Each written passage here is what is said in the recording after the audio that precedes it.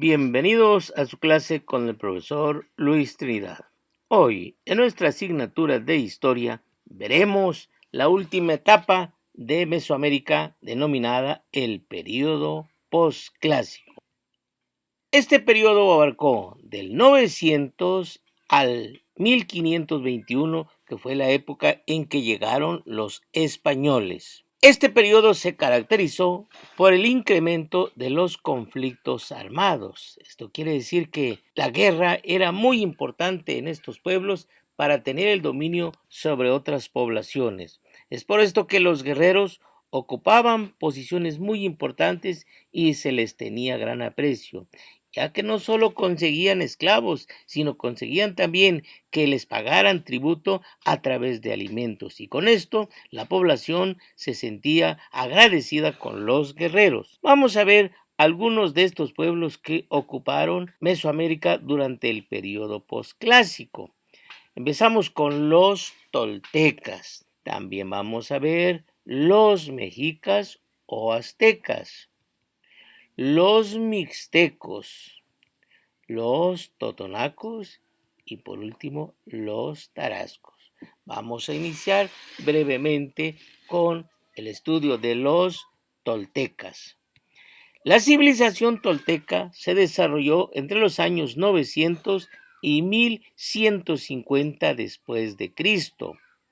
Es una de las más representativas del periodo posclásico, porque no solo nos dejaron testimonio material, sino también sus conocimientos, mucha sabiduría de este pueblo.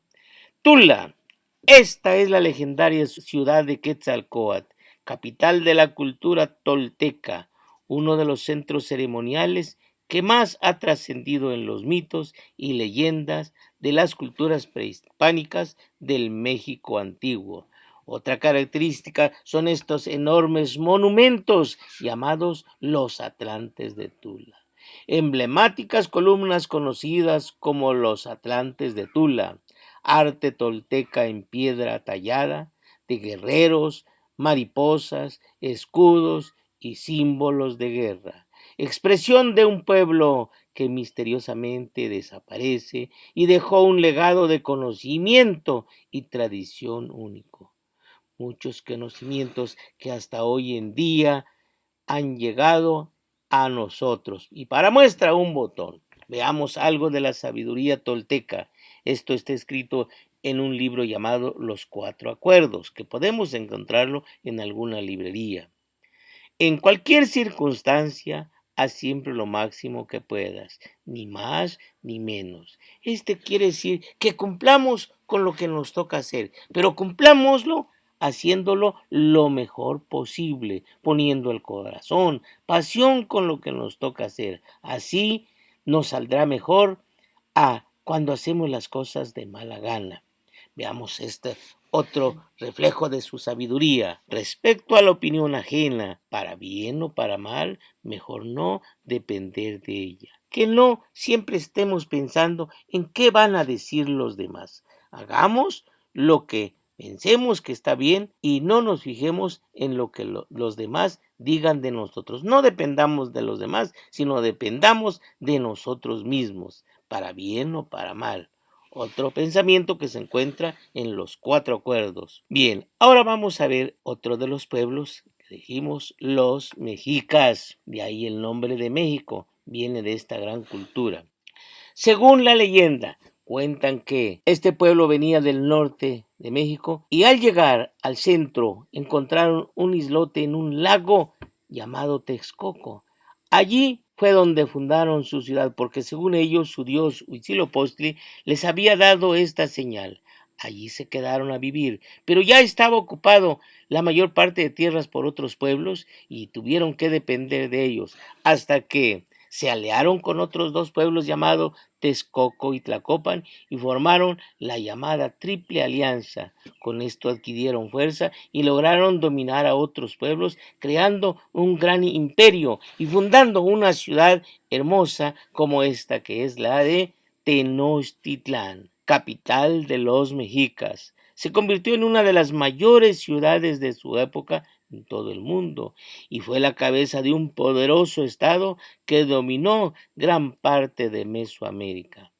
Ciudad grandísima, se llegó a tener 250,000 habitantes, algo exageradamente grande para su época, y muchos templos. En total se contabilizaron 25 templos grandísimos, enormes edificaciones que se cree que como ellos eran muy religiosos, pensaban que entre más se acercara al cielo, serían mejor escuchados por sus dioses. La ciudad fue creciendo y el lago se convirtió en el eje de la vida de la ciudad. Sus calles eran canales por donde transitaban la gente y ya no tenían tierras donde cultivar. Por eso a alguien se les ocurrió, a algunos de sus gobernantes, cultivar en el lago a través de las llamadas chinampas, que eran trozos que encerraban para llenarlo de tierra y de esta manera tener cultivos abundantes. De esta forma tuvieron no solo para comer, sino para vender a otros pueblos. A los mexicas también se les ha llamado el pueblo del sol, porque creían que su dios Huitzilopochtli los había elegido para mantener vivo al sol, alimentándolo con corazones humanos. El sacrificio humano era una ofrenda a los dioses para dar gracias, para pedir bienestar, riqueza y abundancia de alimentos, no porque fueran salvajes, para ellos estaba bien. Y asómbrese, los que eran sacrificados no lo consideraban como algo mal, sino como un privilegio, porque según ellos, al morir de esta manera, servirían de alimento al sol, a los dioses, y ellos estarían hasta la eternidad viviendo con los dioses. Con la guerra conseguían no solo esclavos, también conseguían personas para sacrificarlos y entregarle el corazón a sus dioses. Usaban los tributos también que ellos recibían para sus fiestas religiosas y para mantener a la población. La educación era obligatoria. Existían dos escuelas, una para los nobles, llamada Calmeca, y otra para los jóvenes hijos de artesanos, llamada Tepochcali.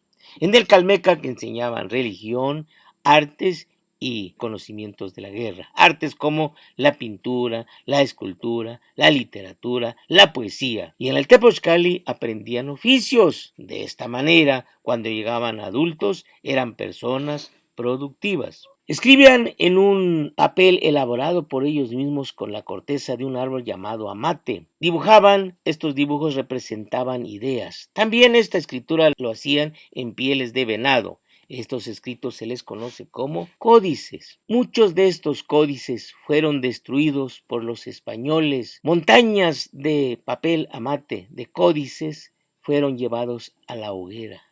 El fuego los consumió y muy pocos de ellos se conservan. Dos frailes son reconocidos por haber hecho esta maldad. Uno llamado Fray Juan de Zumarraga y otro fraile Diego de Landa, que si no hubiera sido por ellos, tuviéramos más información, más conocimiento sobre estos pueblos. Desgraciadamente fueron destruidos, pero aún se conservan algunos de estos códices. El 13 de agosto de 1521, Cuauhtémoc, el último tlatoani, se rindió ante los españoles. Esto significó la caída de Tenochtitlán y del Imperio Mexica, dando por finalizado la vida de este imperio que nos dejó mucho. Hoy en día somos parte de estos pueblos. Vamos con otro de los pueblos que habitaron esta región, los mixtecos. Vivieron en los valles centrales de Oaxaca, Puebla y Guerrero. Su principal ciudad fue Mitla, hermosa ciudad que aún se conserva algo de este pueblo, sus edificios hermosamente decorados con las llamadas grecas. Vemos ahí al fondo se puede observar hermosos edificios de este pueblo, los mixtecos. Otro pueblo, los totonacos, se establecieron en Veracruz, fundaron la hermosa ciudad de El Tajín con este edificio llamado la Pirámide de los Nichos. Si observamos, se ven muchos huecos, en total son 365 que son precisamente los días del año. Por eso se cree que esto fue también un calendario. Otro de los pueblos, los tarascos o purépechas. Habitaron Michoacán. Se distinguieron por el estilo arquitectónico denominado yácatas. Dominaron la región en la época final del mundo mesoamericano, alrededor del 1200 después de Cristo. Aún se conservan vestigios de estos pueblos, prueba de que fueron grandes constructores, grandes sabios. Y producto de estos pueblos somos todavía nosotros. Tenemos que sentirnos orgullosos de este pasado tan hermoso. Hay que investigar más, leer más. Esto que hemos visto es una mínima parte de la historia de estos pueblos. Ojalá que hayamos entendido algo y nos entre la curiosidad por conocer más. Nos vemos en el próximo video.